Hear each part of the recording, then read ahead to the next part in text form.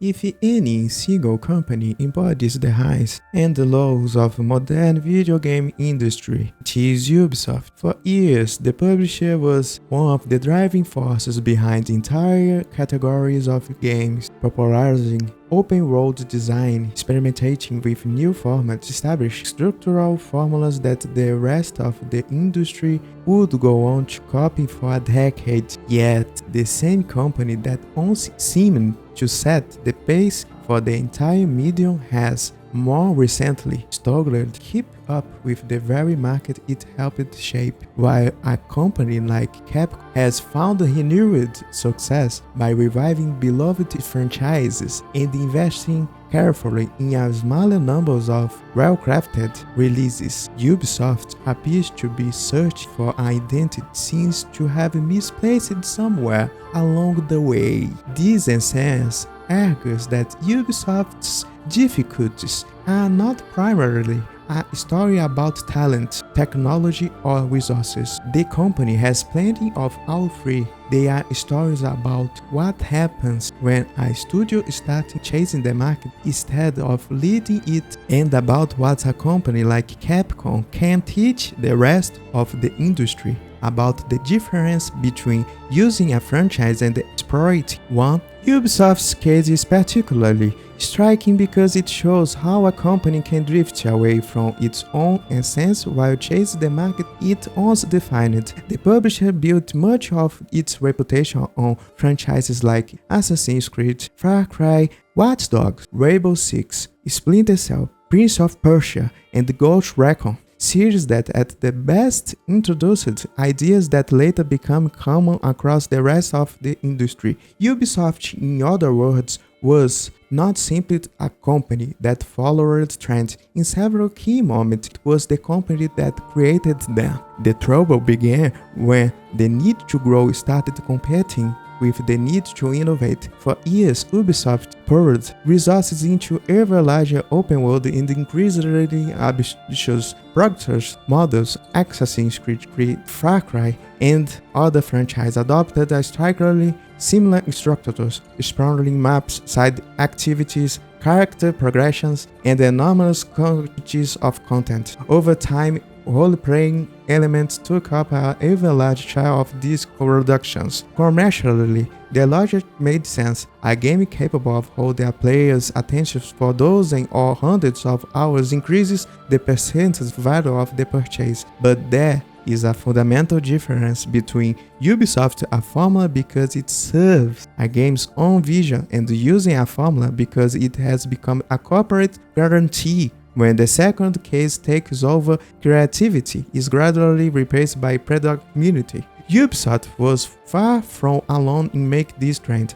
As a live service phenomena like Fortnite demonstrates staggering commercial success, much of the industry scrambled to reproduce the same model. The problem is that a game's success does not automatically mean its underlying structure can be transported onto any other franchise. A system that works perfectly in your context can quietly distinguish the identity of another series when it is introduced simply because it represents a current commercial trend. The growing presence of microtransactions, domestic content, and monetization systems inside games that were once sold as a complete, self-contained products. None of these elements is automatically harmful on its own. The problem appears when monetization starts to shape a game's core structure, and when players begin to feel they are being treated as a permanent, renewable source of revenue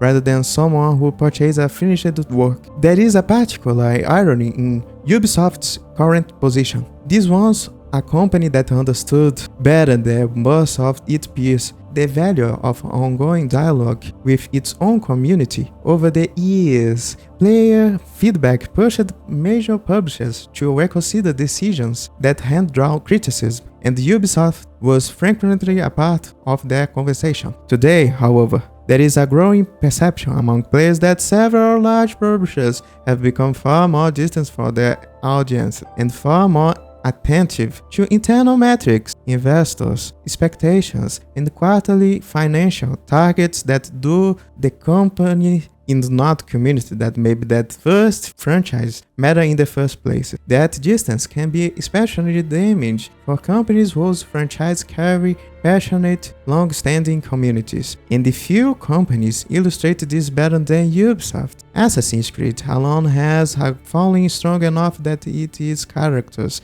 historic settings, and the exploration systems live in the memory of millions of players. When a company with that kind of emotional equity decides to revisit and entry as beloved as Assassin's Creed 4 Black Flag, the weight of audience expectations is enormous, and any perceived misstep is felt far more sharply than would be for a less cherished title. This dynamic also helps explain some of the financial pressures Ubisoft has faced in recent years. The company has gone through restructuring, project cancellations, and repeated strategic pivots while trying to reorganize its portfolio. In 2025, for instance, Tencent invested in the creation of Vantage Studios, a new Ubisoft subsidiary built around several of the company's most valuable properties, including Assassin's Creed, Far Cry, and Rainbow Six, a clear sign of just how significant these corporate reorganizations has become.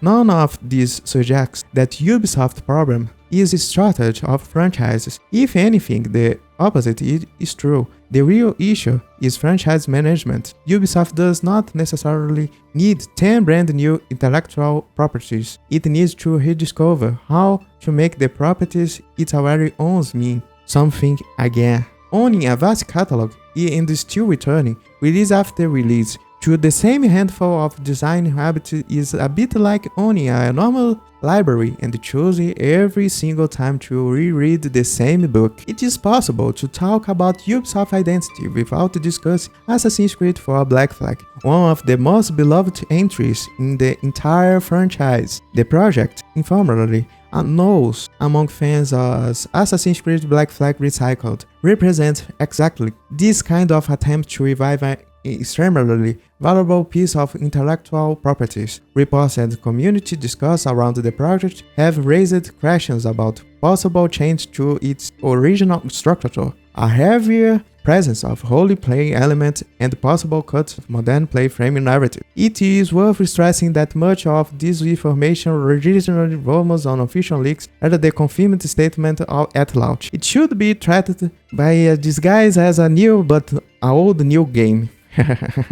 Even so, the discussion around the projects reveals something generally important about how remakes functions as a category. There is a meaningful difference between modernizing an experience and trying to return into something else entirely. A remake should ask, how can we improve something that already worked? It should not primarily ask, how can we turn this game into whatever happens to be succeeding in the market right now? The distinction is not a minor stylistic preference, it is the difference between honoring a work and repraise the original. A player who loved the original Black Flag does not necessarily want a thoroughly modern Assassin's Creed game wearing Black Flag's name. What they often want is precisely what made the original special in the first place, rebuilt with correct technology, sharper controls, improved graphics and animation, smarter enemies behavior, better performance, and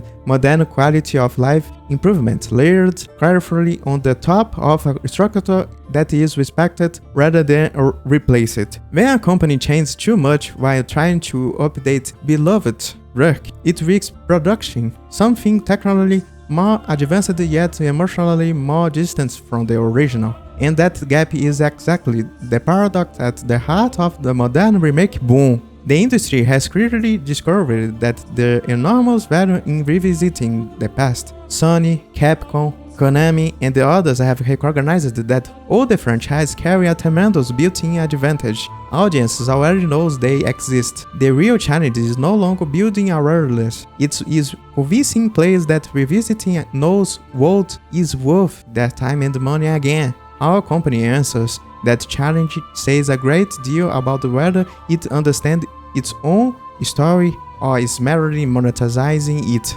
Without living in Capcom has returned this same basic insight into a non-generally effective strategy, and Resident Evil is its clearest proof of concept. Rather than simply resurrecting old games unchanged, Capcom has treated its back catalog as raw material for building generally modern experiences. Resident Evil 2 and Resident Evil 4 stand out as remakes that preserved the essential elements that made the originals beloved while building nearly every other aspect of the experience around them. The commercial results confirm there is a real demand for this approach. Resident Evil 4 Remake alone has surpassed 10 million units sold, and the other entries in the series have continued selling steadily for years after their original release. Capcom itself has described its strategy in similar terms, strengthening its major franchises through a combination of new entries, remakes, and releases on new platforms. Crucially, the company does not appear to treat its older franchise as a museum piece to be preserved untouched. It treats them as an entry point capable of bringing in new praise entirely. That framing creates a generally virtuous cycle. A player discovers Resident Evil through a remake that players become interested in the wider series. They explore all the entries, pick up back catalog titles during a sale, learn about earlier characters and storylines, and eventually become a likely buyer for whatever Capcom releases next. Capcom itself describes this approach as a way of broadening awareness of its intellectual properties while deepening consumer loyalties over time, prove that respecting the past does not require being trapped by it. This may be precisely the lesson Ubisoft needs to learn. The company holds some of the most significant intellectual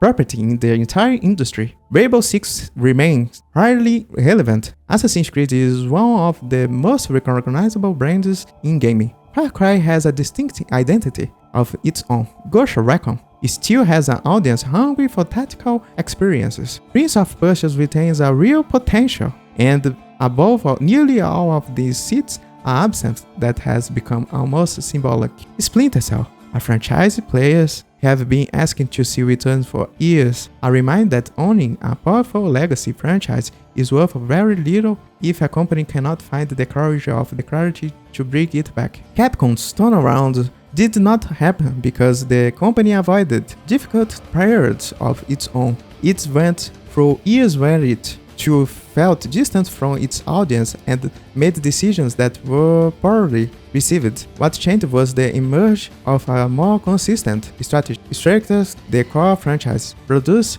generally new entries, uses remakes where they are appropriate rather than automatic, and keep the back catalog alive and selling for years. Crucially, this approach has never meant abandoning innovation. Capcom continues to build new games even as it uses its most recognizable properties as a stable foundation for growth, and the company's own reporting framing this as expanding its core properties through new titles, remakes, and ports, while continuing to invest in its internal creative talent. The success of that approach demonstrates something the wider industry would do well to naturalize. Players do not have to choose between nostalgia and innovation. A remake can honor the past while modernizing the experiences. A sequel can preserve a franchise's identity while still introducing generally new ideas. A publisher can use a well-known property without turning into a copy or whatever happens to be trending in the market at the moment. That ultimately may be the real difference between using a franchise and exploiting one. Using a franchise means recognizing what makes a particular series special in the first place. Exploiting a franchise means reaching for a familiar name simply because that name already carries commercial value, and the players can usually tell the difference. Audiences tend to accept change when they understand it exists to improve the experience. What typically provokes rejection is the sense that a beloved franchise is being reshaped to chase a passive corporate trend rather to serve the story of the world players fell in love with. This is exactly where the industry needs to be careful, because a company's greatest asset is not ultimately its cash reserves. It is the consumer, commercial, and trust. A franchise can survive one disappointing game. It can survive a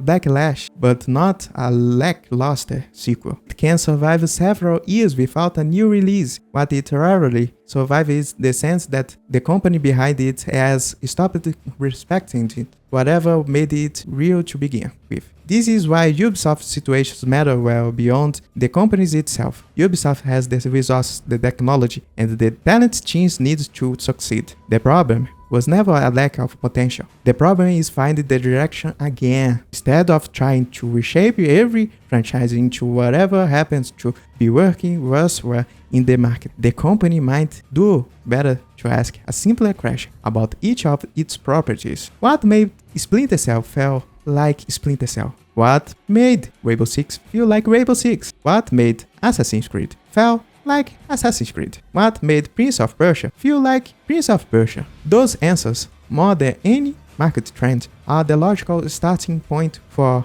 whatever comes next. One of the deeper ironies of the current industry is that companies holding some of its strongest catalogs often seems to be searching restlessly for the next big trend, when the thing audience is actually asking for is frequently already sitting in their own back catalog. Capcom recognizes this. Rockstar has clearly understood the enduring value of its own franchise. Not GTA Definitive Edition is disappointing. Nintendo has built nearly its entire story around preserving and reinventing established intellectual properties rather than constantly chasing whatever else is popular. Ubisoft now appears to be relearning the same lesson in real time, and the outcome will say a great deal about the direction the wider industry ultimately takes. The futures of the medium does not require choosing between the new games and remakes or between innovation and legacy franchises. The real danger only appears when a company abandons creative judgment entirely to chase whatever the number says it's currently working.